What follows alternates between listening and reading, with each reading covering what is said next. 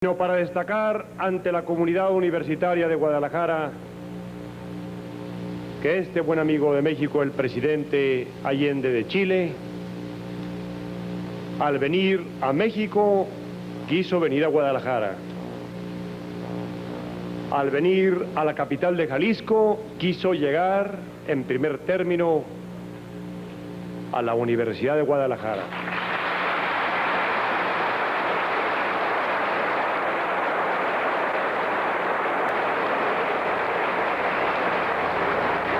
Porque sabe que en la técnica, en una nueva conciencia social que derive como producto de las casas de alta cultura, un nuevo concepto de solidaridad humana en Latinoamérica. Porque sabe que con una terca perseverancia habremos de vencer nuestros viejos y nuestros nuevos problemas, porque sabe que en esta labor de creación en Hispanoamérica corresponde a las universidades y a las instituciones técnicas tomar los puestos de vanguardia. Ha venido a la Universidad de Guadalajara. Dispongámonos, pues, a escuchar a un amigo de México que lucha en su patria por las más altas y nobles y difíciles causas, que ha venido a encontrar en nuestra patria una simpatía, un apoyo, un entendimiento y una solidaridad que queremos que encuentre en toda América Latina.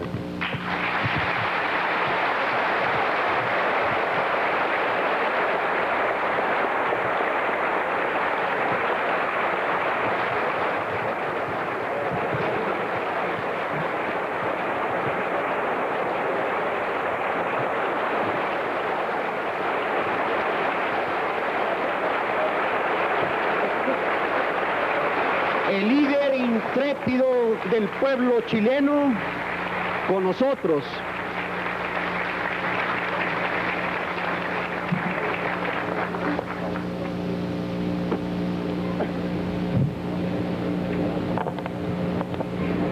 ¡Viva Chile! ¡Viva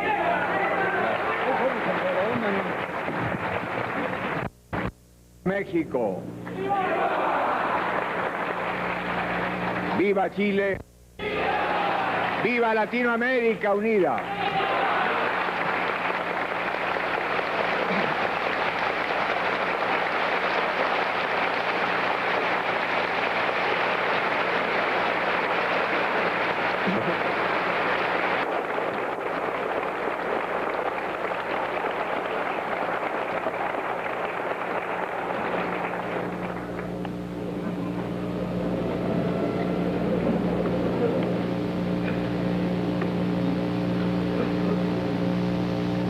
Estimado presidente y amigo Luis Echeverría,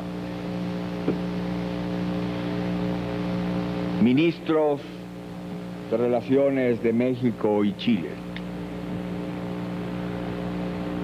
comunidad universitaria, y comprendo en este término y saludo así a todos los trabajadores de la educación, desde el rector de esta universidad hasta el más modesto de los compañeros estudiantes.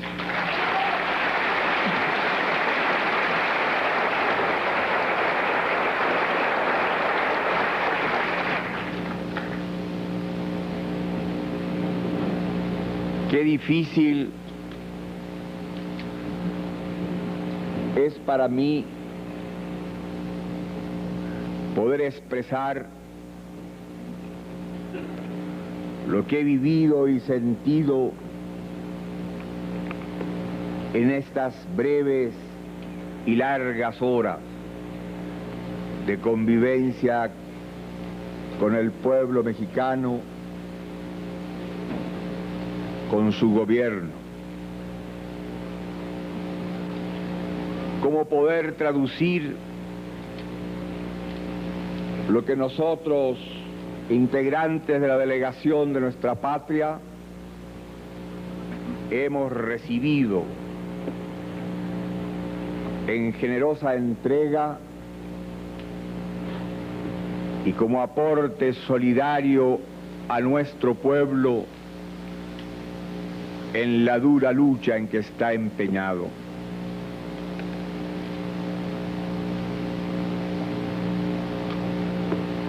Yo más que otros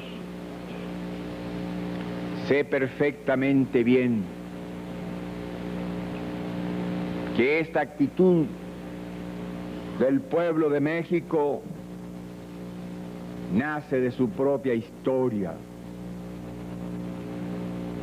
Y aquí se ha recordado ya cómo Chile estuvo presente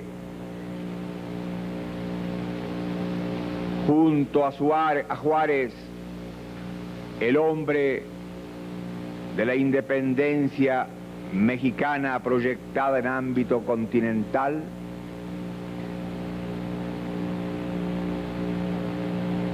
y cómo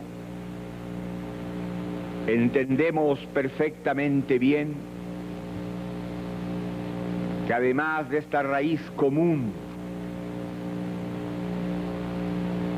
que antes fuera frente a los conquistadores, México es el primer país de Latinoamérica que en 1938, a través de la acción de un hombre precaro de esta tierra y de América Latina, nacionaliza el petróleo a través de la acción del general y presidente Lázaro Cárdenas. Por eso ustedes que supieron del ataque al EBE, que tuvieron que sentir el llamado profundo de la patria en un superior sentido nacional.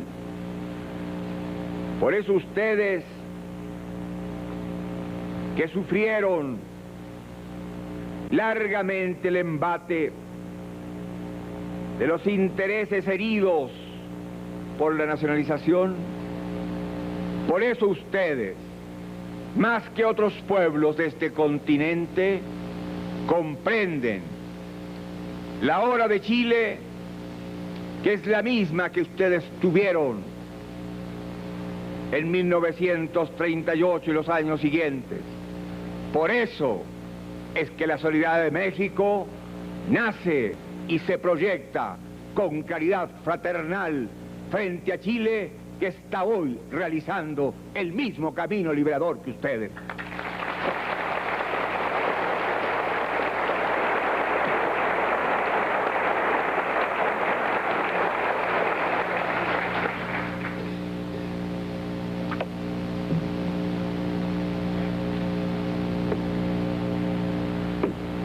Quiero agradecer las palabras del ingeniero Ignacio Mora Luna a nombre de los profesores de la Universidad de Guadalajara, la del licenciado Enrique Romero González a nombre de las autoridades universitarias y la del compañero Guillermo Gómez Reyes, presidente de la Federación de Estudiantes de esta universidad. Bien decía el presidente Echeverría, cuando él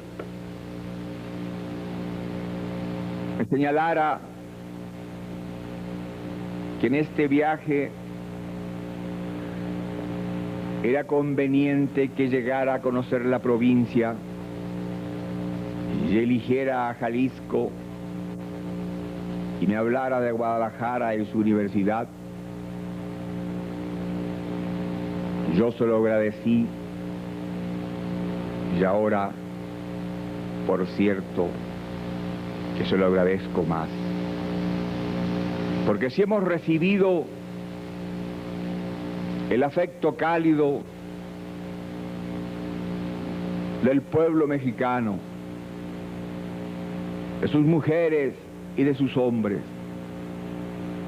¿Qué puede significar más que junto a la juventud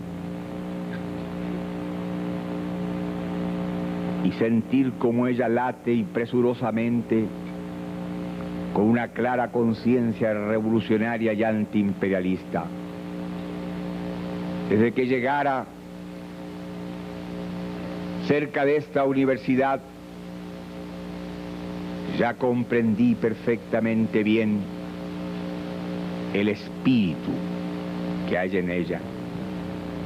En los letreros de saludo a mi presencia aquí, tan solo como mensajero de mi pueblo, yo ya veía esta definición.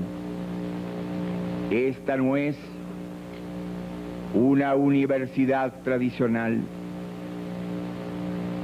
Esta no es, y es bastante para muchas universidades de nuestro continente, una universidad que haya hecho la reforma.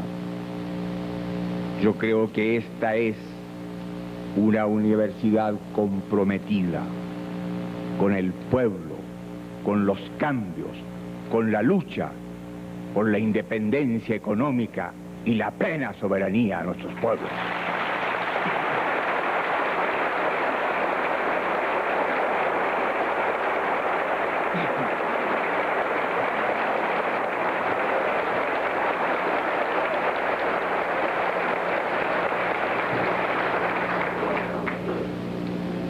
Y porque una vez fui universitario, hace largos años, por cierto, no me pregunten cuánto, porque pasé por la universidad no en búsqueda de un título solamente, porque fui dirigente y porque fui expulsado de la universidad. Puedo hablarle a los universitarios. Distancia de años, pero yo sé que ustedes saben que no hay querella de generaciones. Hay jóvenes viejos y viejos jóvenes, y en estos me ubico yo.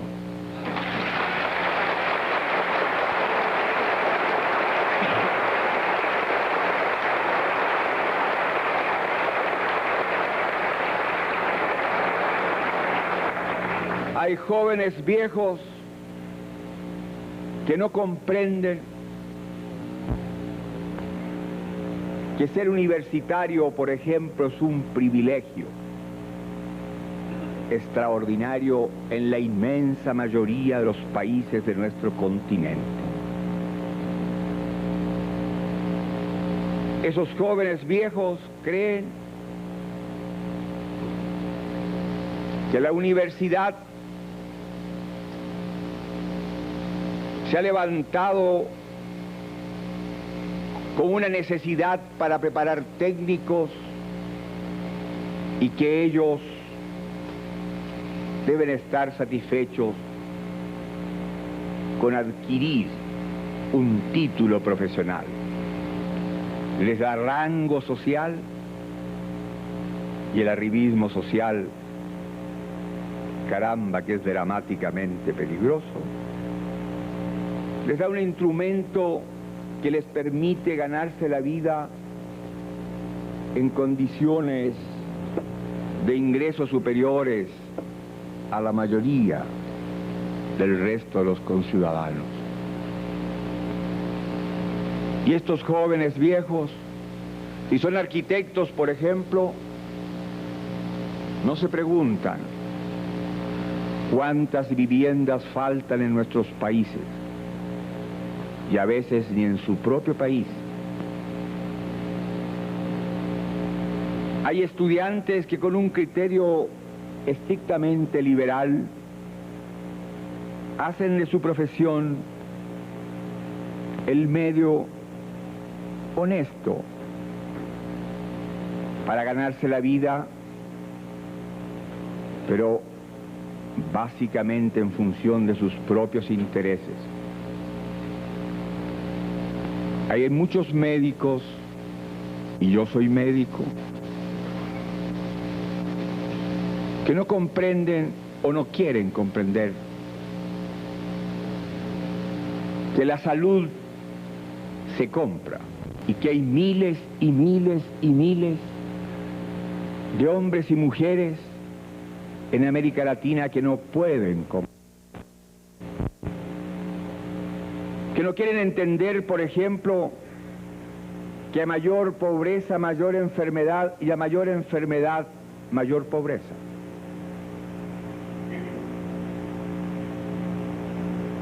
Y que por lo tanto, si bien cumplen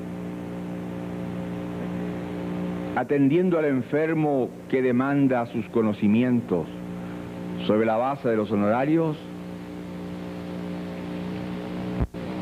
no piensan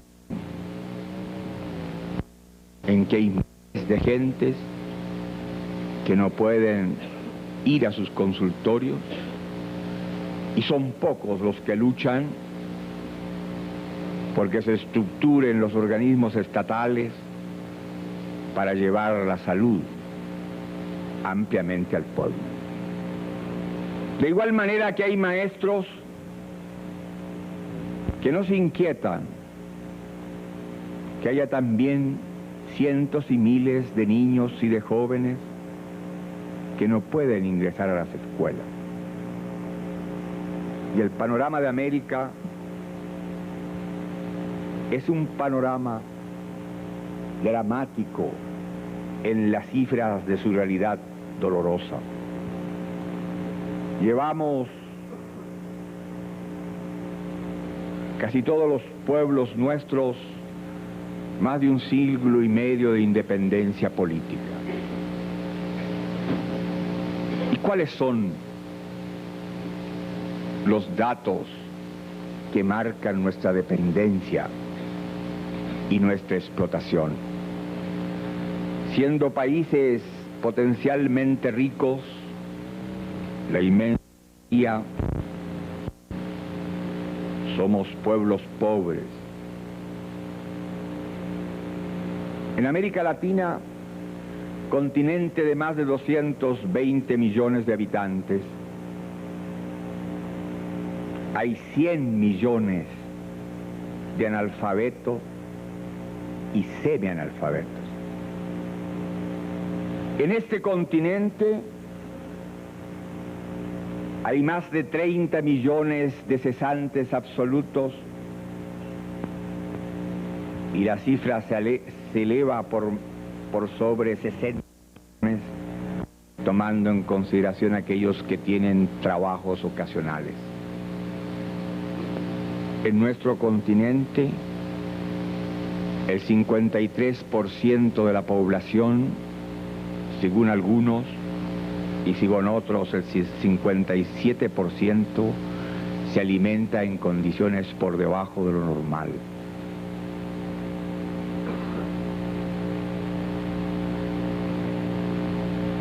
En América Latina faltan más de 28 millones de viviendas.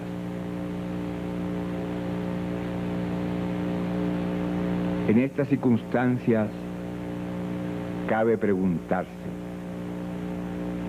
¿cuál es el destino de la juventud? Porque este continente es un continente joven. El 51% de la población de América Latina está por debajo de los 27 años.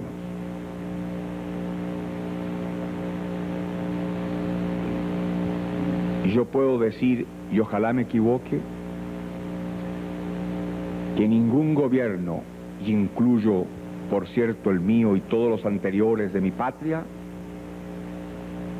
ha podido solucionar los grandes déficits de las grandes masas de nuestro continente en relación con la falta de trabajo, la alimentación, la vivienda, la salud ¿Para qué hablar de la recreación y del descanso? En este marco que encierra y aprisiona a nuestros pueblos hace un siglo y medio, es lógico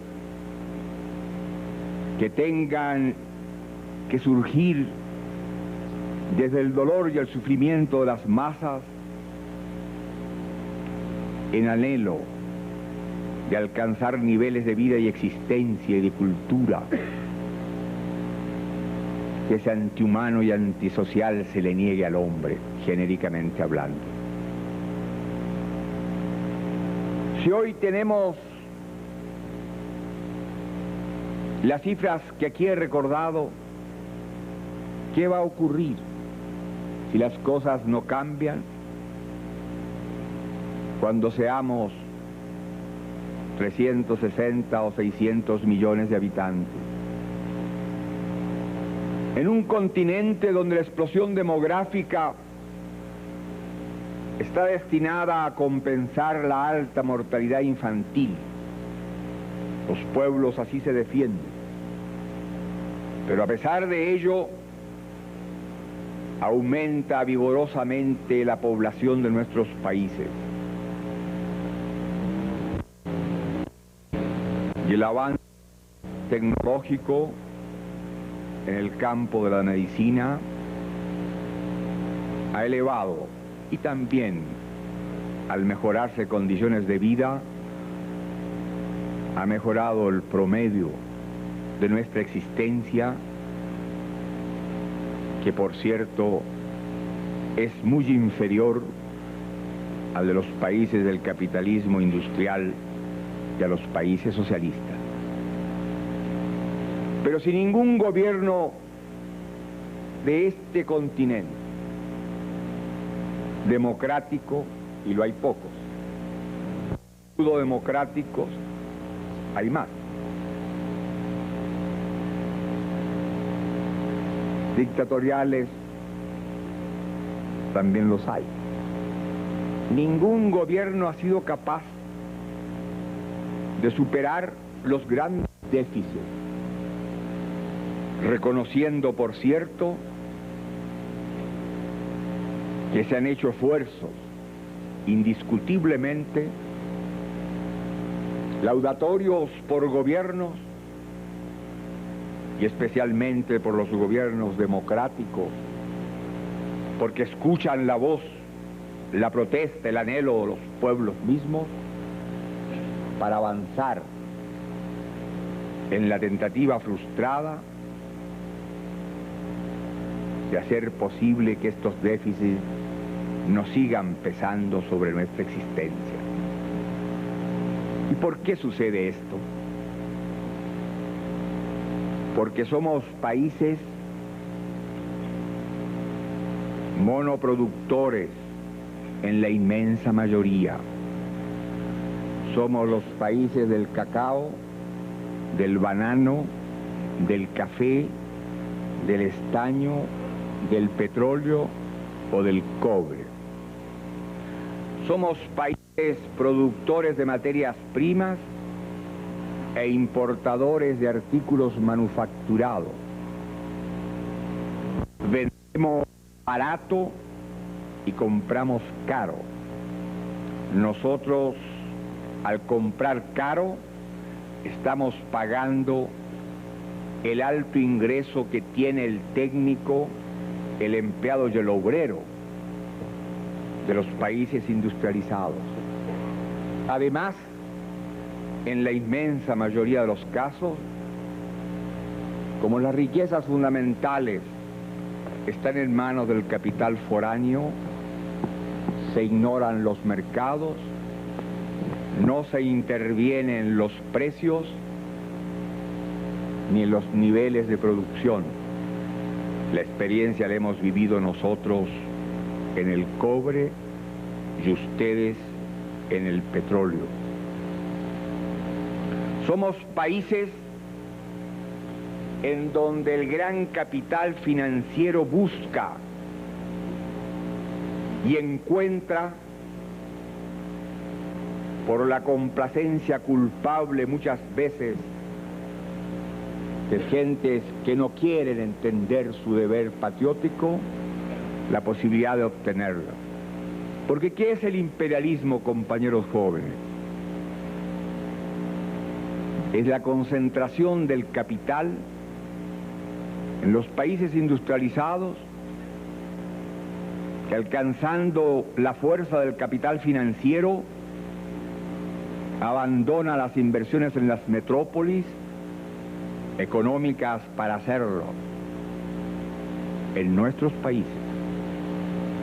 Y por lo tanto, este capital que en su propia metrópoli tiene utilidades muy bajas, adquiere grandes utilidades en nuestras tierras, porque además muchas veces las negociaciones son entre las compañías que aquí trabajan y las compañías que son dueñas de estas y que están más allá de nuestras fronteras. Entonces somos países que no aprovechamos los excedentes de nuestra producción, y este continente ya conoce, no a través de los agitadores sociales con apellidos políticos como el que yo tengo de socialista, sino a través de las cifras de la CEPAL, organismo de las Naciones Unidas, que en la última década, no puedo exactamente decir si del 50 al 60 o del 56 al 66, América Latina exportó mucho más capitales que los que ingresaron a ella. De esta manera se ha ido produciendo una realidad que es común en la inmensa mayoría de todos nuestros pueblos. Somos países ricos potencialmente y vivimos como pobres. Para poder seguir viviendo, pedimos prestado. Pero al mismo tiempo somos países exportadores de capitales. Paradoja típica del régimen y del sistema capitalista. Por ello, entonces, es indispensable comprender que dentro de esta estructura, cuando internacionalmente los países poderosos viven y fortalecen su economía de nuestra pobreza, cuando los países financieramente fuertes necesitan de nuestras materias primas para ser fuertes, cuando la realidad de los mercados y los precios lleva a los pueblos de este y otros continentes a endeudarse, cuando la deuda de los países del tercer mundo alcanza a la fantástica cifra de 95.000 millones de dólares, cuando mi país democrático, con muy sólidas instituciones, país que tiene un Congreso en funciones hace 160 años, país en donde las Fuerzas Armadas, igual que en México, son Fuerzas Armadas profesionales, respetuosas de la ley y la voluntad popular, cuando mi país, que es el segundo productor de cobre en el mundo y tiene las más grandes reservas de cobre del mundo, tiene la más grande mina de Tajo Abierto del mundo, más grande del mundo, Chuquicamata y el Teniente. Cuando mi país se ha visto obligado a endeudarse con una deuda externa que per cápita tan solo es superada por la deuda que tiene Israel, que podemos estimar que está en guerra. Cuando yo debía haber cancelado este año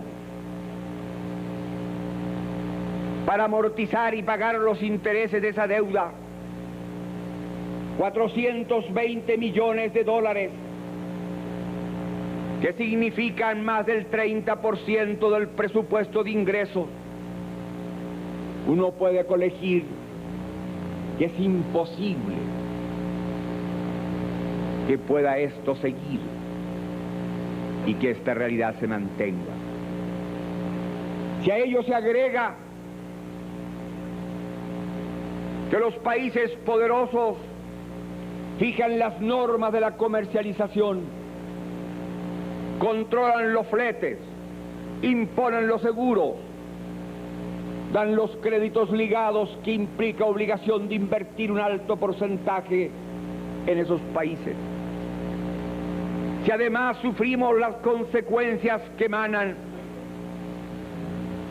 de que cuando los países poderosos o el país más poderoso del capitalismo estima necesario devaluar su moneda, las consecuencias las pagamos nosotros. Y si tiembla el mercado del dinero en los países industrializados, las consecuencias son mucho más fuertes, mucho más duras y pesan más sobre nuestros pueblos. Si el precio de las materias primas baja, el precio de los artículos manufacturados y aún los alimentos sube. Cuando el precio de los alimentos sube, nos encontramos que hay barreras aduaneras que impiden que algunos países que pueden exportar productos agropecuarios lleguen a los mercados de consumo de los países industriales. El caso de mi patria es elocuente. Nosotros producimos entre la gran minería que estaba antes en manos del capital foráneo y la pequeña y mediana minería, cerca de 750.000 toneladas de cobre. Entre Zambia, Perú, Zaire y Chile, signatarios de lo que se llama CIPEC, entre estos cuatro países se produce el 70% del cobre que se comercia en el mundo, más de 3 millones de toneladas. Pero el precio del cobre se fija en la bolsa de Londres y se transan tan solo 200.000 toneladas. Y Chile, hace 3 años, por ejemplo, tuvo un promedio de precio de la libra de cobre año superior a los 62 centavos. Y cada centavo que sube o baje el precio de la libra de cobre significa 18 millones de dólares más o menos de ingreso para nuestro país. El año 71, el precio del cobre en el último año del gobierno del presidente Frei fue de 59. En el primer año del gobierno popular fue tan solo de 49, menos de 49. Este año seguramente no va a alcanzar más allá de un 47.4. Pero en valores reales, después de la devaluación del dólar, este promedio será a lo sumo de 45. Y el costo de producción nuestro, a pesar de que son minas con un alto porcentaje de riqueza minera y están cerca del mar, bordea los 45 centavos en algunas de ellas. Y es, por cierto, más alto por una técnica inferior en la producción de la pequeña y mediana minería. He puesto este ejemplo porque es muy claro. Nosotros que tenemos un presupuesto de divisa superior a muchos países latinoamericanos, que tenemos una extensión de tierra que podría alimentar y debería alimentar a 20 o a 25 millones de habitantes, hemos tenido que importar desde siempre, por así decirlo, carne, trigo, grasa, mantequilla y aceite. 200 millones de dólares al año. Y desde que estamos en el gobierno popular, tenemos que importar más alimentos. Porque tenemos conciencia que aún importando como lo hicieron los gobiernos anteriores, 200 millones de dólares al año, en Chile el 48% de la población se alimentaba por debajo de lo normal. Y aquí, en esta casa de hermanos, yo que soy médico, que he sido profesor de medicina social y presidente durante 5 años del Colegio Médico de Chile, puedo dar una cifra que no me avergüenza, pero que sí me duele. En mi patria, porque hay estadísticas y no los ocultamos, hay 600.000 niños que tienen un desarrollo mental por debajo de lo normal. Si acaso un niño en los primeros 8 meses de su vida no recibe la proteína necesaria para su desarrollo corporal y cerebral, si ese niño no recibe esa proteína, se va a desarrollar en forma diferente al niño que pudo tenerla y que lógicamente es casi siempre el hijo de un sector minoritario, de un sector poderoso económicamente. Si a ese niño que no recibió la proteína suficiente, después de los 8 meses se le da, puede recuperar y normalizar su desarrollo corporal, pero no puede alcanzar el desarrollo normal de su cerebro. Por eso muchas veces los maestros o las maestras en su gran labor, yo siempre vinculo a los maestros y a los médicos como profesiones de una gran responsabilidad. Muchas veces los maestros o las maestras ven que el niño no asimila, no entiende, no aprende, no retiene. Y no es porque ese niño no quiere aprender o estudiar, es porque está en condiciones de menor valía. Y eso es consecuencia de un sistema y de un régimen social. Porque hasta el desarrollo de la inteligencia está marcado por la ingestión de los alimentos y fundamentalmente en los primeros 8 meses de la vida. ¿Y cuántas son las madres proletarias que no pueden amamantar a sus hijos cuando nosotros los médicos sabemos que el mejor alimento es la leche de la madre? Y no lo pueden hacer porque viven en las poblaciones marginales, porque sus compañeros están cesantes, porque ellas reciben su alimento y que como madres están castigadas en su propia vida y lo que es más injusto, en la vida de sus propios hijos. Por eso,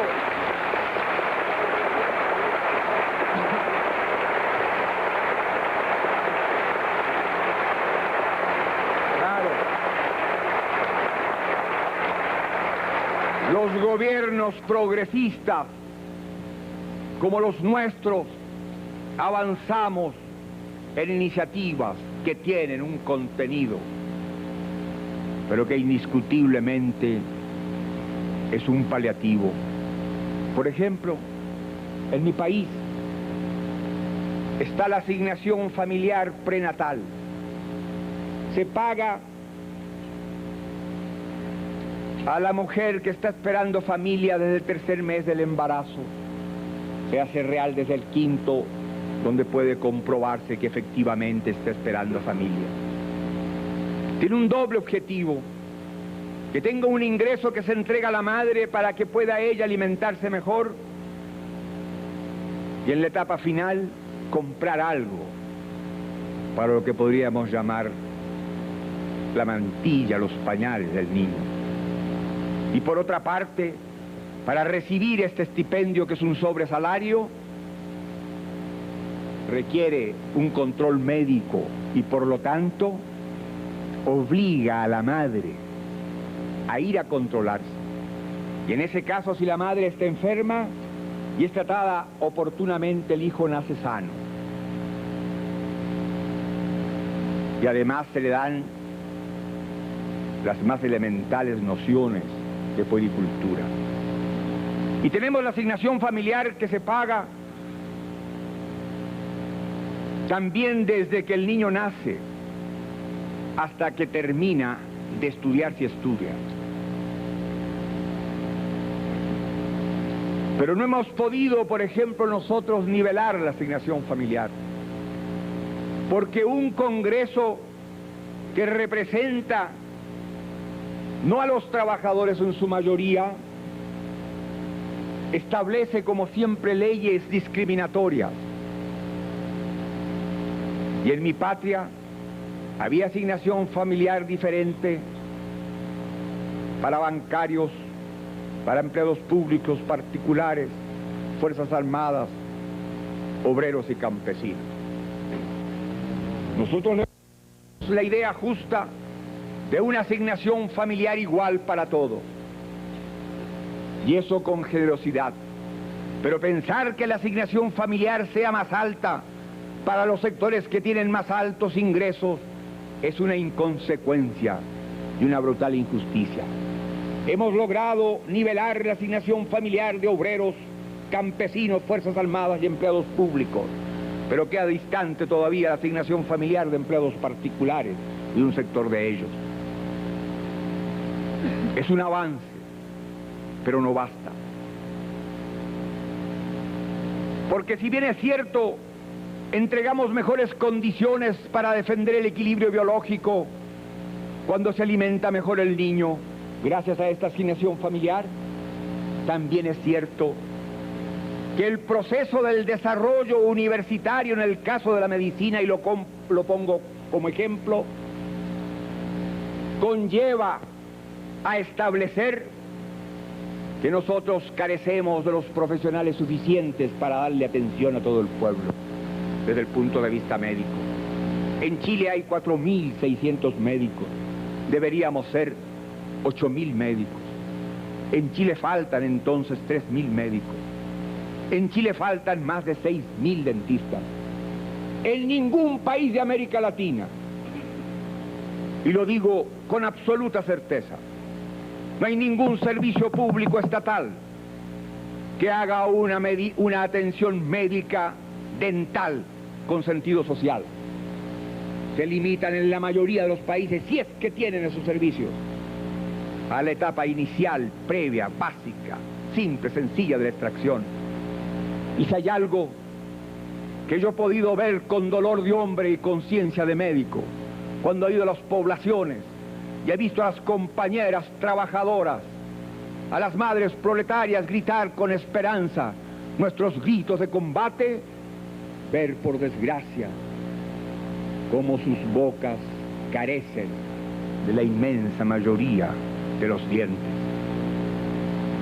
Y los niños también sufren esto. Por ello entonces, y sobre la base tan solo de estos ejemplos simples, nosotros tenemos que entender que cuando hablamos de una universidad comprometida, no solo estamos hablando de una universidad que entienda que para que termine esta realidad brutal que más que un siglo y medio pesa sobre nosotros, en los cambios estructurales económicos se requiere un profesional comprometido con el cambio social.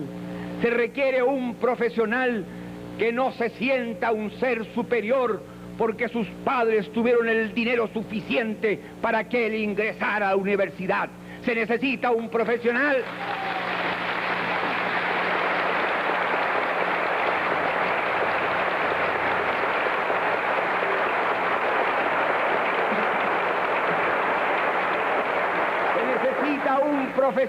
con conciencia social, que entienda que su lucha, si es arquitecto, es para que se construyan las casas necesarias que el pueblo necesita. Se necesita un profesional que, si es médico, levante su voz para reclamar que la medicina llegue a las barriadas populares y fundamentalmente a los sectores campesinos.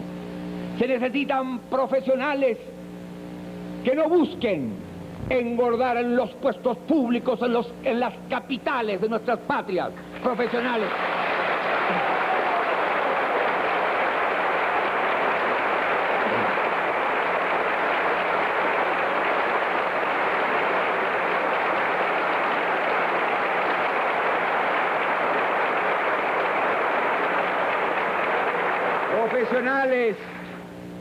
Profesionales que vayan a la provincia, que se hundan en ella.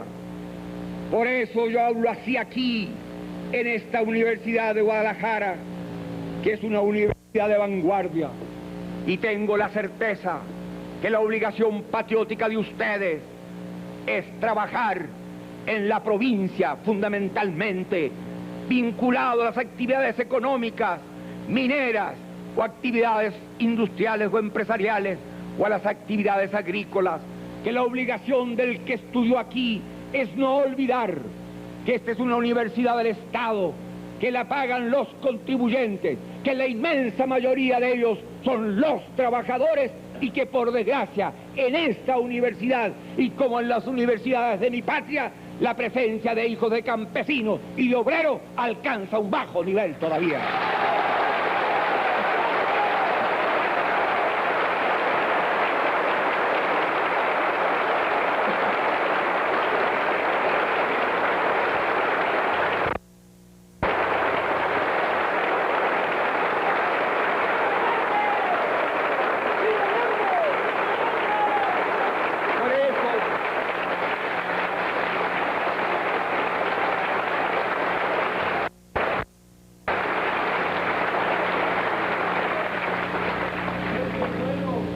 Por eso ser joven en esta época implica una gran responsabilidad. Ser joven de México, de Chile, ser joven de América Latina. Sobre todo en este continente que, como he dicho, está marcado por un promedio que señala que somos un continente joven. Y la juventud tiene que asumir su responsabilidad histórica. Tienen que entender que no hay lucha de generaciones, como lo dijera hace un instante, que hay un enfrentamiento social que es muy distinto, y que pueden estar en la misma barricada de este enfrentamiento pasado, y yo pasé todos los 60 años, guárdenme el secreto, y los jóvenes que puedan tener 18 o 20. No hay querella de generación, y eso es importante que no lo olviden. Además, la juventud debe entender su obligación de ser joven, y si es estudiante, darse cuenta que hay otros jóvenes que como él tienen los mismos años, pero que no son estudiantes. Y si es universitario, con mayor razón mirar al joven campesino o al joven obrero, y tener un lenguaje de juventud, no un lenguaje solo de estudiante universitario, para universitarios. Pero el que es estudiante tiene una obligación, porque tiene más posibilidades de comprender los fenómenos económicos y sociales y las realidades del mundo. Tiene la obligación de ser un factor dinámico del proceso de cambio, pero sin perder los perfiles también de la realidad. La revolución no pasa por la universidad, y esto hay que entenderlo. La revolución pasa por las grandes masas. La revolución la hacen los pueblos. La revolución la hacen esencialmente los trabajadores.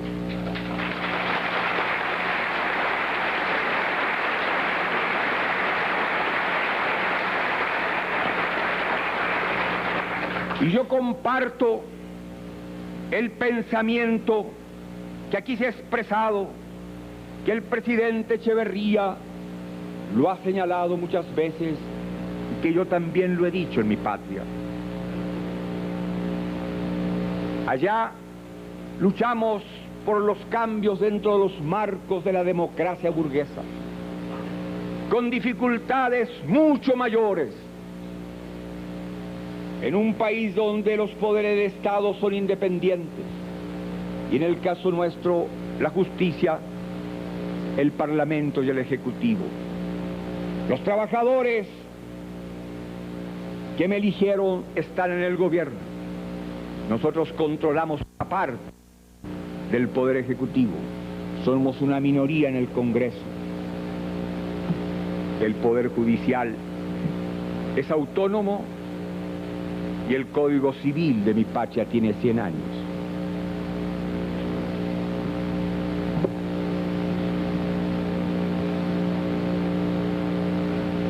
Y si yo no critico en mi patria el Poder Judicial, menos lo voy a hacer aquí.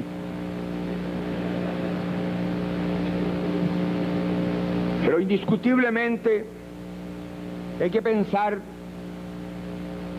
que esas leyes representaban otra época y otra realidad. No fueron leyes hechas por los trabajadores que estamos en el gobierno. Fueron hechos por los sectores de la burguesía que tenían el Ejecutivo, el poder económico y que eran mayoría en el Congreso Nacional. Sin embargo, la realidad de Chile, su historia, su idiosincrasia, sus características, la fortaleza de su institucionalidad, nos llevó a los dirigentes políticos a entender que en Chile no teníamos otro camino, el camino de la lucha electoral.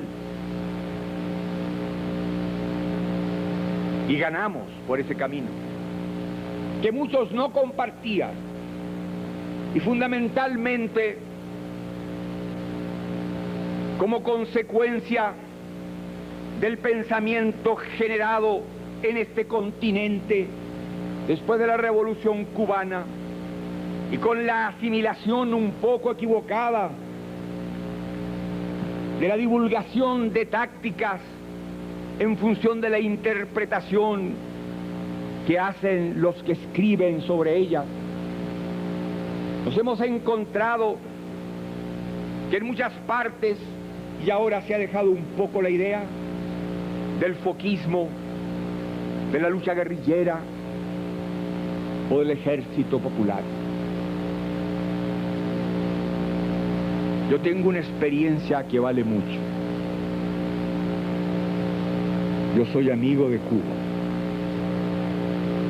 Soy amigo hace 10 años de Fidel Castro.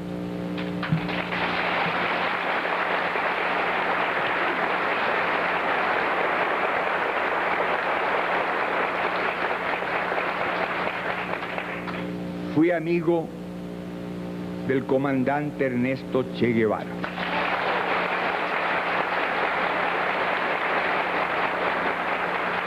Me regaló el segundo tomo de su libro Guerra de Guerrillas. El primero se lo dio a Fidel. Yo estaba en Cuba cuando salió. Y en la dedicatoria que me puso, dice lo siguiente: a Salvador Allende, que por otros medios trata de obtener lo mismo. Si el comandante Guevara firmaba una dedicatoria de esta manera, es porque era un hombre de espíritu amplio que comprendía que cada pueblo tiene su propia realidad, que no hay receta para hacer revoluciones.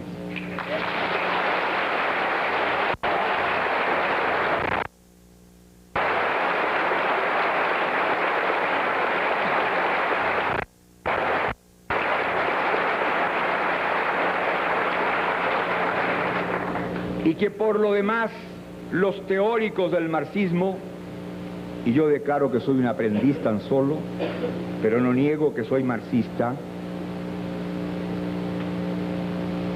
también trazan con claridad los caminos que pueden recorrerse frente a lo que es cada sociedad, cada país. De allí entonces que es útil que la juventud, y sobre todo la juventud universitaria, que no puede pasar por la universidad al margen de los problemas de su pueblo, entienda que no puede hacerse del balbuceo doctrinario la enseñanza doctrinaria, que entender el denso pensamiento de los teóricos de las corrientes sociológicas o económicas requiere un serio estudio.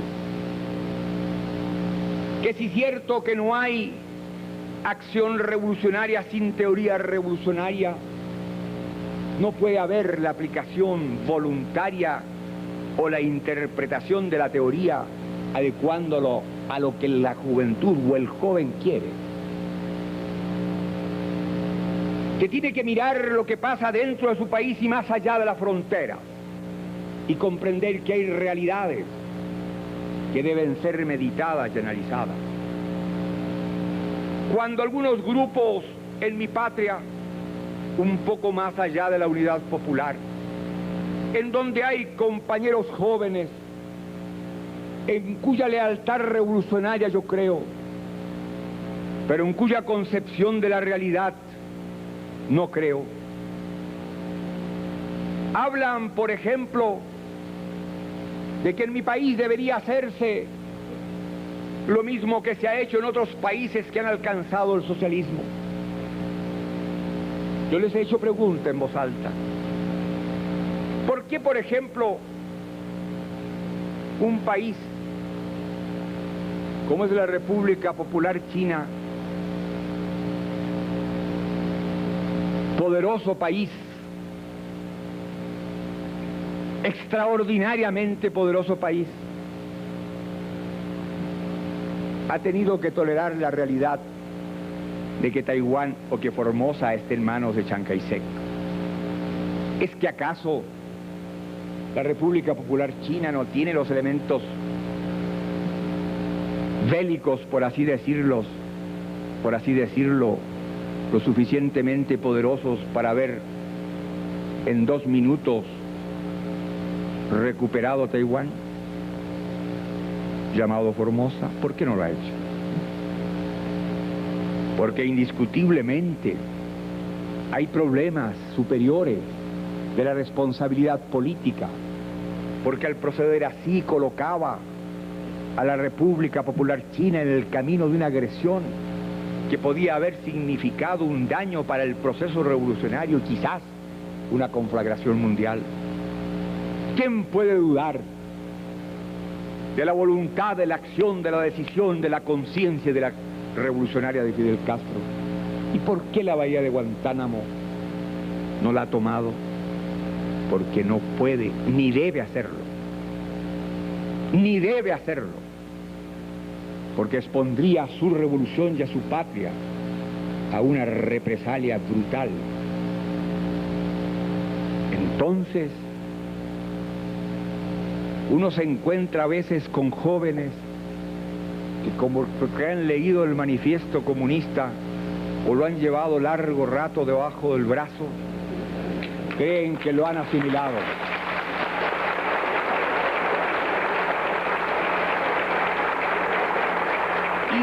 Y dictan cátedra y exigen actitudes y critican a hombres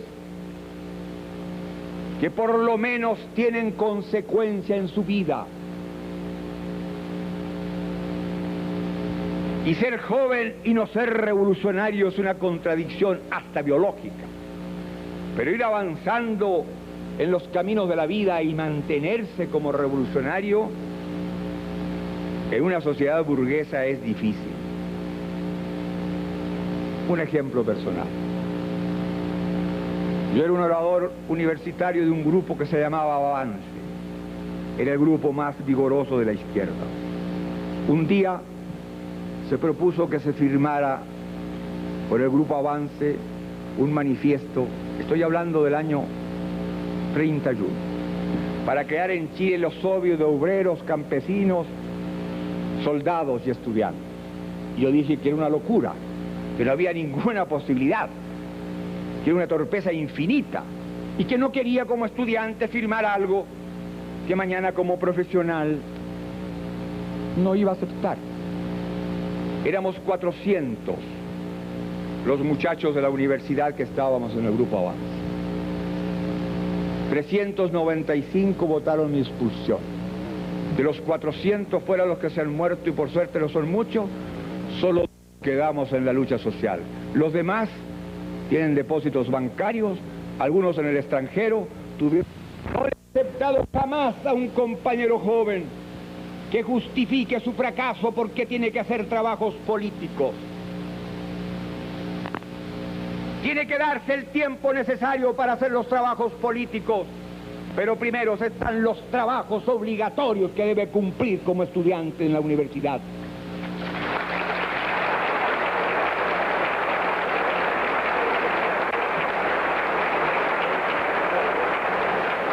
Ser agitador universitario y mal estudiante es fácil. Ser dirigente revolucionario y buen estudiante es más difícil.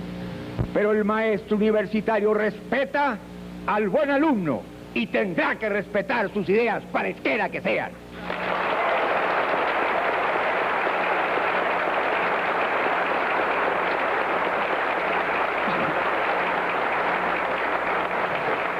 Por eso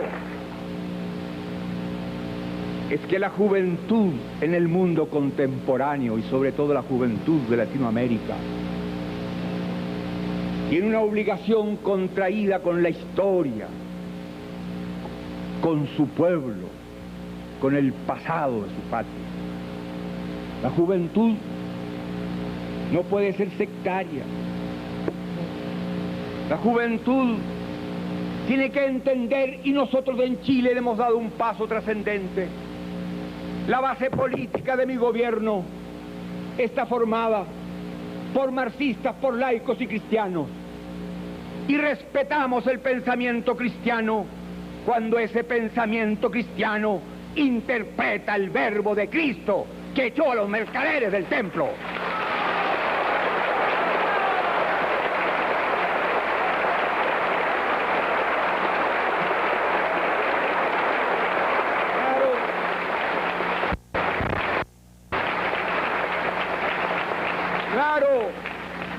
Que tenemos la experiencia de la Iglesia vinculada al proceso de los países poderosos del capitalismo e influyendo en los siglos pasados y en la primera etapa de esta, no al favor de los humildes, como lo planteaba el maestro de Galilea. Pero si los tiempos han cambiado, si la conciencia cristiana está marcando la consecuencia con el pensamiento honesto en la acción honesta, los marxistas podemos coincidir en etapas programáticas como pueden hacerlo los laicos. Y lo hemos hecho en nuestra patria y nos está yendo bien. Y conjugamos una misma actitud y un mismo lenguaje frente a los problemas esenciales del pueblo. Porque un obrero sin trabajo No importa que sea o no sea marxista, no importa que sea o no sea cristiano, no importa que no tenga ideología política, es un hombre que tiene derecho al trabajo y debemos dárselo nosotros. Por eso,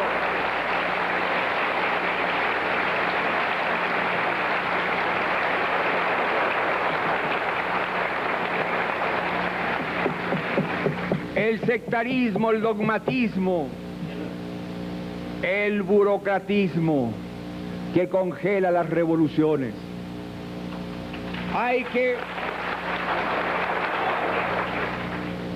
Y ese es un proceso de concientización que es muy profunda y que debe comenzar con la juventud. Pero la juventud está frente a problemas que no son solo económicos, son problemas que lamentablemente se manifiestan con mayor violencia destructiva en el mundo contemporáneo. El escapismo, el droguismo, el alcoholismo. ¿Cuántos son los jóvenes de nuestros jóvenes países que han caído en la marihuana, que es más barata que la cocaína y más fácil de acceso? Pero ¿cuántos son los jóvenes de los países industrializados? El porcentaje, no solo por la densidad de población, sino por los medios económicos, es mucho mayor. ¿Qué es esto? ¿Qué significa? ¿Por qué la juventud llega a eso? ¿Hay frustración? ¿Cómo es posible que el joven no vea que su existencia tiene que tener un destino muy distinto al que escabulle su responsabilidad? ¿Cómo un joven no va a mirar, en el caso de México, a Hidalgo o a Juárez, a Zapata o a Villa, o a Lázaro Cárdenas? ¿Cómo no entender que esos hombres fueron jóvenes también, pero que hicieron de sus vidas un combate constante y una lucha permanente? ¿Cómo la juventud, que sabe que su propio porvenir está cercado por la realidad económica que marca los países dependientes? Porque si hay algo que debe preocuparnos también a los gobernantes, es no seguir entregando cesantes ilustrados a nuestra sociedad. ¿Cuántos son los miles de jóvenes que, egresados de los politécnicos o las universidades, no encuentran trabajo? Yo leí hace poco un estudio de un organismo internacional importante que señalaba que para América Latina, en el final de esta década, se necesitaban, me parece, que cerca de 6 millones de nuevas ocupaciones en un país, en un continente donde la cesantía marca los niveles que yo les he dicho. Los jóvenes tienen que entender entonces que están enfrentados a estos hechos y que deben contribuir a que se modifiquen las condiciones materiales para que no haya cesantes ilustrados, profesionales con títulos de arquitectos sin construir casas y médicos sin atender enfermos porque no tienen los enfermos con qué pagarles, cuando lo único que faltan son médicos para defender el capital humano, que es lo que más vale en nuestros países. Por eso repito, y para terminar mis palabras, pidiendo excusas a ustedes por lo excesivo de ellas, que yo, que soy un hombre que pasó por la universidad, he aprendido mucho más de la universidad de la vida. He aprendido de la madre proletaria en las barriadas marginales. He aprendido del campesino que, sin hablarme, me dijo de la explotación más que centenaria de su padre, de su abuelo o de su tatarabuelo. He aprendido del obrero que en la industria es un número o era un número y que nada significaba como ser humano. He aprendido de las densas multitudes que han tenido paciencia para esperar. Pero la injusticia no puede seguir marcando, cerrando las posibilidades del futuro a los pueblos pequeños de este y otros continentes. Para nosotros las fronteras deben estar abolidas y la solidaridad debe expresarse con el respeto a la autodeterminación y la no intervención, entendiendo que puede haber concepciones filosóficas y formas de gobierno distintos, pero que hay un mandato que nace de nuestra propia realidad, que nos obliga en el caso de este continente a unirnos, pero mirar más allá inclusive de América Latina y comprender que nace ahí en África hay todavía millones y millones de seres humanos que tienen una vida inferior a la que tienen los más postergados y preteridos seres de nuestro continente. Hay que entender que la lucha es solidaria en escala mundial, que frente a la insolencia imperialista solo cabe la respuesta agresiva de los países explotados. Ha llegado el instante de darse cuenta cabalmente que los que caen luchando en otras partes por hacer de sus patrias países independientes, como ocurre en Vietnam, caen por nosotros con su ejemplo heroico.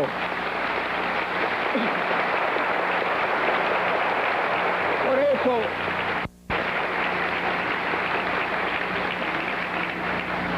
sin decir que la juventud será la causa revolucionaria y el factor esencial de las revoluciones, yo pienso que la juventud, por ser joven, por tener una concepción más diáfana, por no haberse incorporado a los vicios que traen los años de convivencia en una sociedad burguesa, porque la juventud que debe entender que debe ser estudiante y trabajador, porque el joven debe ir a la empresa, a la industria o a la tierra, porque ustedes deben hacer trabajos voluntarios, porque es bueno que sepa el estudiante de medicina cuánto pesa un fardo que se echa a la espalda del campesino que tiene que llevarlos a veces a larga distancia, porque es bueno que el que va a ser ingeniero se meta en el calor de la máquina, donde el obrero a veces en una atmósfera inhóspita pasa largos y largos años de su oscura existencia, porque la juventud debe estudiar y debe trabajar, porque el trabajo voluntario vincula, amarra, acerca, hace que se compenetre el que va a ser profesional con aquel que tuvo por herencia las manos callosas de los que por generaciones trabajaron la tierra. Por eso,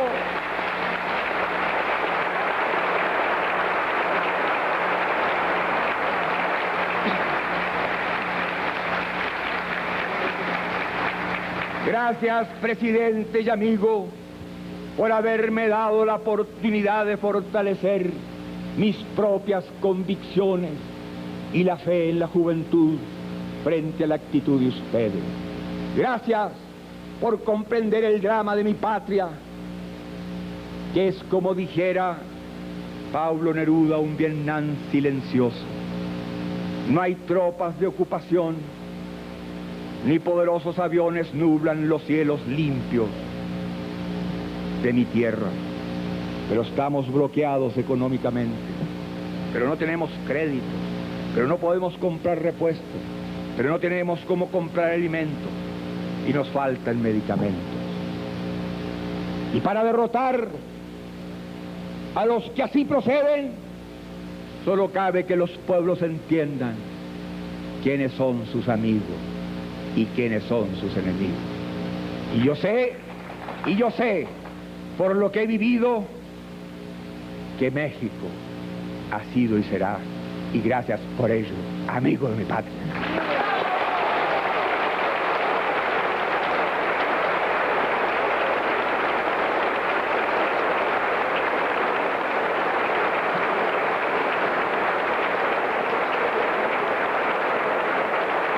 ¡Viva Allende! ¡Viva Chile! ¡Viva México! ¡Viva la fe!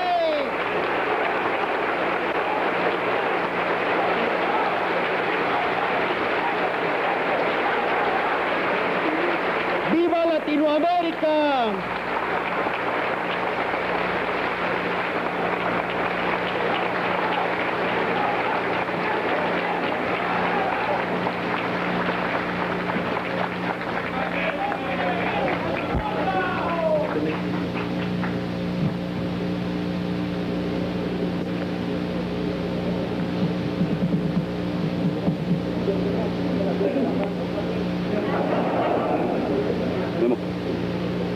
presidente Allende en estos momentos bromea con algunos estudiantes de la primera fila que aparentemente no alcanzamos a escuchar bien, pero le pedían que continuara con Fue algo más que un discurso, fue realmente un mensaje de hermano, un mensaje de maestro a los jóvenes estudiantes de la Universidad de Guadalajara, que hoy en el auditorio decía, del Instituto de Ciencias Sociales y Humanidades, lo han recibido en una solemne recepción que en estos momentos concluye. Escuchen ustedes las ovaciones con las cuales son despedidos el distinguidísimo visitante de México, doctor Salvador Allende Gossens, y el presidente mexicano Luis Echeverría Álvarez. En momentos, ambos van rumbo a una multitud de estudiantes que les esperan en la Plaza de la Normal, a unos cuantos metros de este auditorio, al que, pues, por desgracia, por decir, solamente tuvieron acceso unas 3.000 personas. Las palabras del presidente Allende, sin embargo, fueron escuchadas por magna voces en el interior de este auditorio. Y es así como la televisión mexicana ha servido al pueblo de México al llevar para ustedes, amigos, hasta sus hogares, este acto cuya importancia no es necesario remarcar. Hasta